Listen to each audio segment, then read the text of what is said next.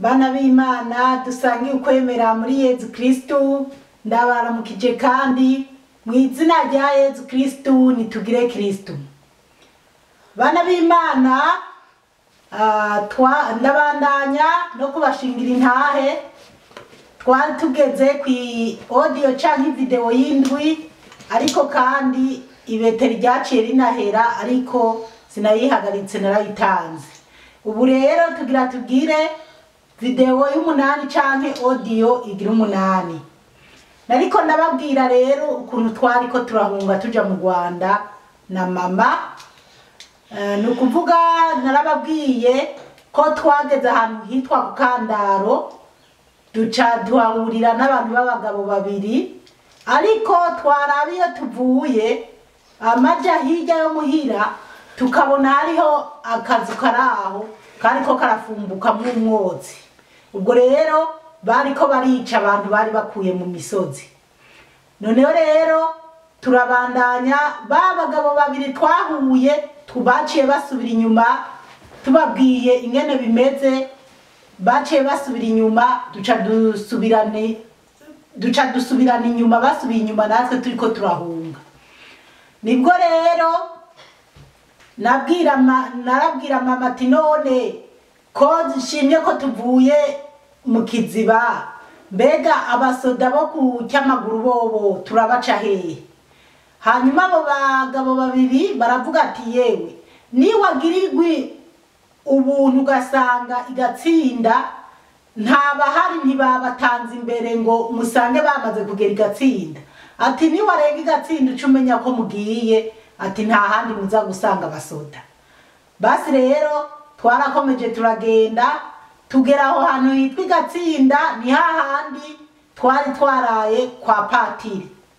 Tuhageze duciye ahantu ku mabare, hariho amabare, hariho isantre, tubona abantu intuguta yababize mu gushomba amabati. Ubwo rero yari amabati abantu b'abatajiri baho badandaza.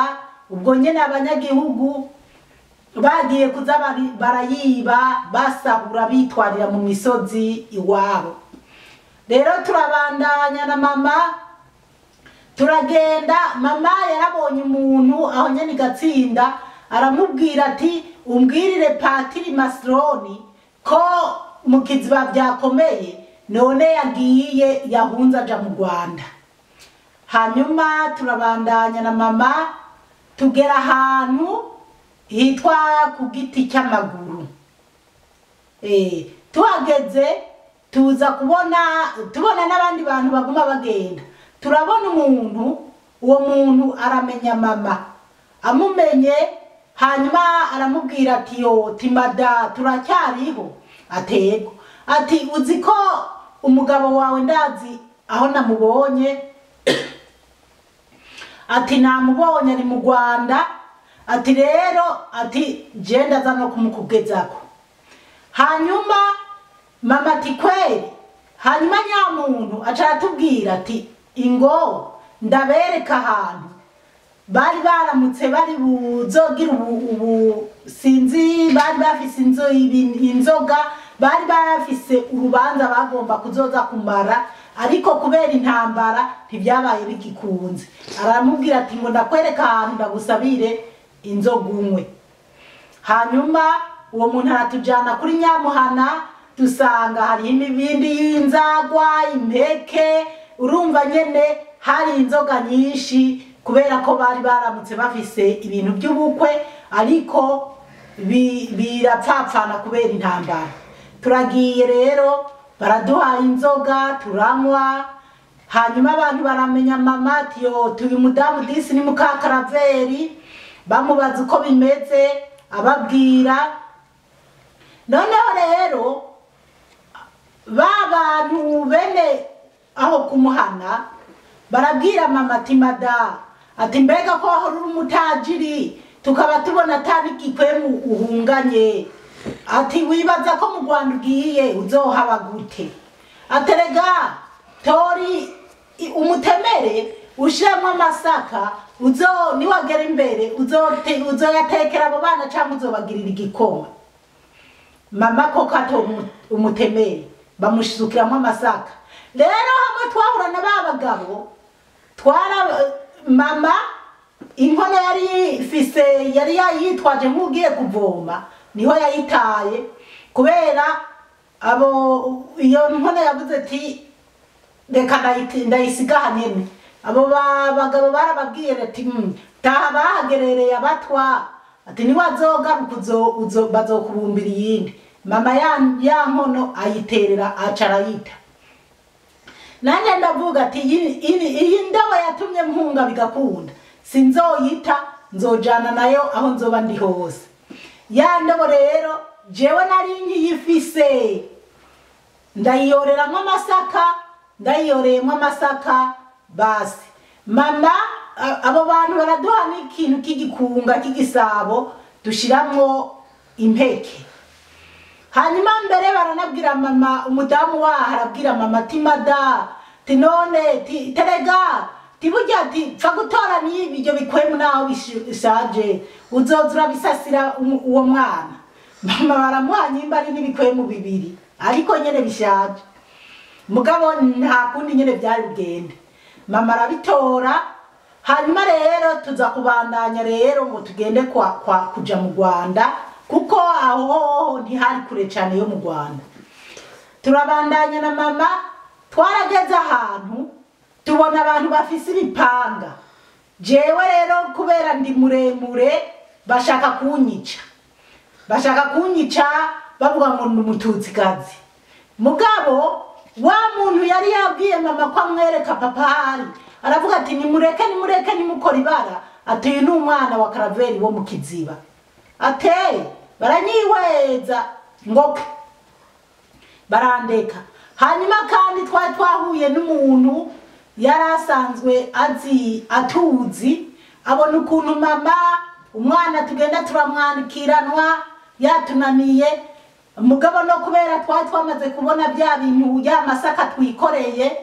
Hanyuma nyamuntu arabwira mama ngo madango zana umwana ndamukwakira. Aca aratora umwana mushira ku bitugu. Hanyuma duca turabandanya tuja ukumva abantu ngo basada bageze runaka. Turabandanya turagera ahantu nyene ku mupaka turi mu kwambuka mu Rwanda. Koko wa mugabo yari yabwiye mama ko yabonye papa hari arabwira mama ngo wabonye hariya hakurya mu Rwanda ngo musi ya kiriya giti hari ahantu musi y'igiti kivuko. Ati niho umugabo wawe namusize. Ati rero niho tuza kumuronderera. Jewe ndabona tego kweri. Ati urazi ko mbona umuntu asa na papa yicaye musi y'igiti. Hanyuma turabandanya tugera rero ku Kanyaru turambuka uruzi. Twambuka uruzi turagera hakurya mu Rwanda. Kandi byasaba ko badufatana twaramenyereye kwambuka uruzi turagera hakurya mu Rwanda. Tugeze hakurya mu Rwanda wa mupapa ko karadufasha turashikira aho papa ari. Mbonye papa aho yicaye jewe nyene nagiye niruka ingenda kugwa mu nda papa mbonye arumigwa tugwana mu nda na papa nukabona na mama turi kumwe. Papa nyene aravuga ati jewe nari narize nihoreye narinzi ko babishe. Ati ngaha hari inkuru zivuga ko bakwishe. Abwira mama ati bavuga ko bakwishe bakakwicana n'umukobwa wawe n'umwana waruhetse. Mama rero acatekerereza papa ingene byagenze. Nubwo rero haragera igihe rero mama aramubaza ati none nta n'umwana n'umwe mwahunganye. Papa aramubwira ati nta mwana n'umwe turi kumwe tariko numvise ko hari abana batatu boba baraduziye ruguru Kigembe abana batatu. Papa aravuga ati okay na mama. Hanyuma tugeze ubwo rero harageze mu gihe cyo kumugoroba kubera abantu baguma bavuga ni baduge ruguru Ikigembe bave ngaho ku mupaka. Nibwo rero papa yahamahera mama aramubwira ati rero jewe sindi bwihutire kuduga, wewe tora ya mahera uduga hariya y'abandi bantu bariko baraja, jewe nzoza nakenda mu bice byo ngaha ku mupaka, kumbure hari igihe twokumva haje amahoro nkasubira mu rugo. Nubwo rero mama atora amahera, hanyuma atoye amahera duca turabandanya turagenda. Mugaje naravuga ati uko biri kose mukuru wanje n'umukobwa yankurikira n'ubundi ari batatu bakuru, naravuga ati byari byo byose bariho, ati kuko turiko turiruka banciye ko biruka je ndiko ndasubira inyuma, ati ndababwiye ko twosubira inyuma kurondera abana tubahungane, banka kunyumva, ati byari byo byose barashobora kuba barageze mu Rwanda. Ati basi rero niho twagenda turaduga, twarageze ahantu turabona imodoka y'Abanyarwanda, mbese baranatubaza amakuru nyene menga bari bamenye ibyacu, turababwira ingene ibintu bimeze aho twavuye iwacu mu Kiziba. Hanyuma baca baduha na lifti, baca baratujana gushika ahantu Ikigembe canke Inyaruteja ku isoko. Noneho dushitseyo twagiye ahantu ku isoko turonka icumbi, hanyuma bana b'Imana turara ahantu habomaguritse nyene ku bitandara, turaharyama nyene. Kuri uwo mugoroba naje kubona uwundi hariho umusore umwe yaba ahantu kukandara, umugabo yakunda gukorera aho nyene yakunda gukorera mu ibyo bice by'iwacu. Rero uwo muntu rero arambwira ngo shazipo, ngo ngira ndakubwira inkuru itakuryohera. Ti inkuru y'ibiki? Ngo sha ngo hariho mugenzi wawe yapfuye. Rero ca niyumvira umukobwa umwe twahora turabagenzi yapfuye, ngo iyumvire ngo umuntu w'umugenzi wawe wa mbere aba. Ndatekereza nkaca niyumvira uwundi mukobwa araho twakundana. Hanyuma acarambira ati urabizi naka yapfuye, ti kandi bamwicanye nabi wabo bose, yari umusore twakundana. Yo narababaye ndarira ndikumbagaza, mama arambaza ese noneho nibiki mwananje kuri kurarira? Atoya mama, ati jewe ati ari umugenzi wanje babishe. Nubwo nyene wamenga no kwiruka mbese nyene narababaye kweri. Hanyuma turaraho, bukeye mu gitondo tugumaho, hanyuma nyene twibaza ukuntu nyimba abandi bana tuzobabona. Hanyuma haza kuza umuntu arabwira mama yuko yabonye bamwe muri batoyi banje. Basi ubwo rero arababwira ati nimwongera kubabona muzobabwire ko turi muri ibi bice byo ngaha ku isoko Inyaruteja. Inyaruteja niho Kigembe canke se kwihigiro. Noneho babatoyi banje na mukuru wanje twaje kugira gutya, hanyuma turakutana, hariho ngo umunyarwanda yari yarabacumbikiye. Noneho rero turayerera nyene, ndiko nayerera ngaho ku isoko y'Inyaruteja, naje kugira gutya mbona umwana w'umuhungu ndumva yiga nko mu mwaka wa 3, yari mwene wabo n'uwo muhungu twakundana. Rero nyamwana yambaye impuzu z'amakake, yari yambaye impuzu z'amakake z'ishuri, ariko utomenya ko ari amakake, zarahindutse zisa nabi, ziduma urusazi, mbese kubera amaraso. Rero nyamwana ndamubonye ndamumenya, ndamubwira ati wowe nturi umwana wo kwa naka te. Hanyuma ati bambwiye yuko abiwanyu babishe. Uwo mwana acarambwira te ati buriya mama bashikanje na mukuru wiwe uwo muhungu twakundana yari umusore, ambwira ukuntu babishe nabo kwa se wabo, ngo babajanye mu nzi wabo, ariko Kamanyimba cyari gikoni, murazi ibikoni by'abakize haba ari hanini, ngo babarundamwo babiciramwo ari benshi, ari abantu benshi bakuwe muri icyo kigwati. Hanyuma nyamwana ntiyapfa, imirambo y'abandi mugwa hejuru. Nyuma ngo haza babandi babishe bamaze kugenda, wa mwana aza kugira gutya abona haravuyemo umugore umwe. Uwo mugore yari afise umwana mu mugongo. Noneho nyamwana abibonye aca aramuhamagara, aramubwira ngo nawe uracyahema, ngo twiruke. Uwo kakana gaca kavamwo, gaca gakurikira nyamumama ahetse umwana mu mugongo. Bariruka, hanyuma agera ahantu nyamumama yururutse umwana ngo arabe, abona umwana yapfuye. Aca avuga ngo ngo kakana kanje kapfuye. Ngo aciye aterera aho nyene, ngo aca arabwira nyamwana ngo twiruke tubandanye twiruke. Kandi aho hantu hari ahantu hitwa mu Vyegwa. Ubwo rero wa mwana aca yirukana na wa mumama, mpaka rero baragira mu Rwanda. Uwo mwana rero niwe yanyiganira ibyo bintu nyene byagenze. Arananyiganira abantu bishi wabo, kandi kabisa umuntu yari inshuti ya se. Imana dutabare cyane. Nubwo rero wa mwana ndamutora, nca ndamugumana, ndamubwira ati rero reka tuze twigumanire, uzokwigumanira nanje ntacyo. Nca ndagumana n'uwo mwana. Nyuma rero ashatse kuza kumumesurira izo mpuzu z'amakake yari yambaye, abantu bakambuza ati rero ntuzomesura izo mpuzu gushikaho televiziyo n'abanyamakuru bazobibona bakamukamera, mpaka bakazokwerekana ubugome buriko buraba mu Burundi, ubugome buri mu Burundi.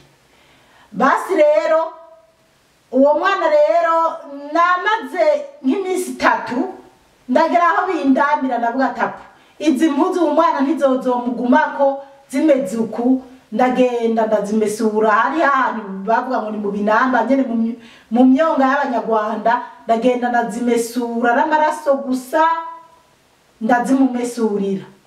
Basi rero wa mwana twaragumanye, ariko harageze igihe aratangura arabona abantu bo mu miryango kwa ba papa wiwe canke kwa ba mama wiwe. Nyuma rero baraza baramutora, ndamubaha. Basi rero kandi haje kuza n'inkuru ivuga ko papa wiwe atapfuye, ko hariho n'ubundi mwene wabo. Rero mu muryango wabo hasigaye nyamwana, hasigara na papa wiwe, hasigara n'umuhungu umwe nawe yari nk'umusore yakurikira uwo musore uwo wa mbere twara abagenzi. Ariko abandi bose mu uwo muryango, abana biga muri za college, bose bari babishe muri uwo muryango. Basi hanyuma twebwe twarabaye mu Rwanda, abana bamwe turababona, abandi ariko Imana n'igitangaza. Twaje kubona umuntu w'umunyarwanda yari afise uruzu runini yari karubakisha, hanyuma aca aruha papa n'abandi bagabo babiri bara bagenzi ba papa. Mbere umwe ndumva yari yarabaye chef de zone icyo gihe, n'ubundi mugabo, kandi bose bari bafise imiryango nyene, bafise imiryango nyene, abana twari benshi, ariko icyo kizu cyari kinini turakibamwo. Hanyuma haza kugera igihe rero twese abana b'iwacu twaramaze guhura. Narababwiye iwacu twari abana 11 na papa na mama barimwo, bandi twari 13. Ariko habura umwana umwe, umuhungu wo batazira Kibumbano bamwita Auguste, yitwa Nyandwi Auguste. Ni nkaho kuko jendi miburo ni nkaho ari we yamurikira, ariko ntitwari dusangiye mama, naramurusha nk'imyaka 2, yashaka kungana n'umukobwa yankurikira. Basi rero we rero twari twaramubuze gushika naho twibaza ko atakiriho. Ariko haheze igihe tuza kubona umuntu aho hantu nyene ikigembe. Hanyuma nyamuntu arabona papa aramubwira ati uzi n'amakuru, ati umwana wawe yitwa naka twaramubonye ari mu ikambi iyi niyi. Hariho iyindi nkambi usibye ko ntayibuka izina, ati niyo namubonye. Papa arabwira uwo muntu uti rero niwazomumbonera niwasubirayo uzomundonderere umubwire ko wabonye ko ababyeyi biwe bari Nyaruteja, uzomunzanire nzoguhemba. Hanyuma nyamuntu arabyemerera papa. Hanyuma nyene uwo muntu yaragiye aramutuzanira. Twese rero dusha kwisanga twarasubiye kuba abana 11. Rero abana b'Imana, Imana ni nziza cyane. Babana bato hariho wa mwana nigeze kubabwira ko yari yishano, yari afise nk'imyaka hafi 6. Uwamukurikiye yari wa mwana mama yarahetse. Uwo mwana mama yarahetse yari afise nk'amezi 11, ntiyari bwuzuze umwaka. Rero uwo mwana w'umukobwa yari afise nk'imyaka 5. Rero niwe yazatubwira ukuntu bahunze. Hariho na wa mwana mama yari mwene wabo na mama yari yarabyaranye na papa, nyina wiwe yari yaramusize iwacu kubera ko yari yarageze aho abonye ibyo kwa papa bitagikunda, yaragiye kwishakira umugabo. Wa mwana aca yigumira kwa mama aramurera. Bana b'Imana, jewe ndashimira mama yarakunda abana atabyaye, akabitaho akabakunda.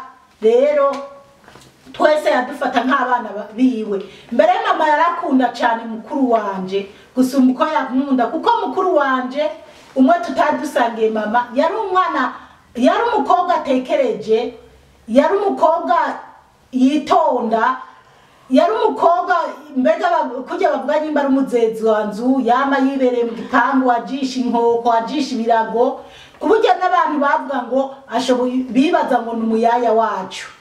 Ariko je twebwe papa yari yaranatugabuyemwo, yaratugaburiye imisi. Uwo mukobwa mwene wacu mukuru wanje yateka kuwa mbere no kuwa kabiri, je nkateka kuwa gatatu no kuwa kane, mutoyi wanje agateka kuwa gatanu no kuwa gatandatu.